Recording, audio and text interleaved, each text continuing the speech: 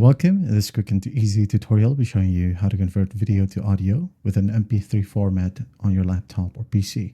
Alright, if you found this video helpful, please do like and subscribe to the channel for more such tutorials. So first up, go ahead and open up your favorite browser. It could be Google Chrome, Firefox, Edge, or whatever. Okay, just basically type down in the address bar, convert video to MP3. Hit on enter.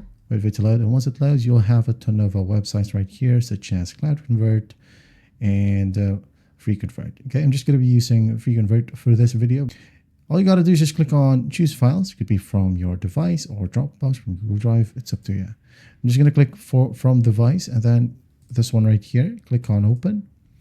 Wait for it, and click on Convert.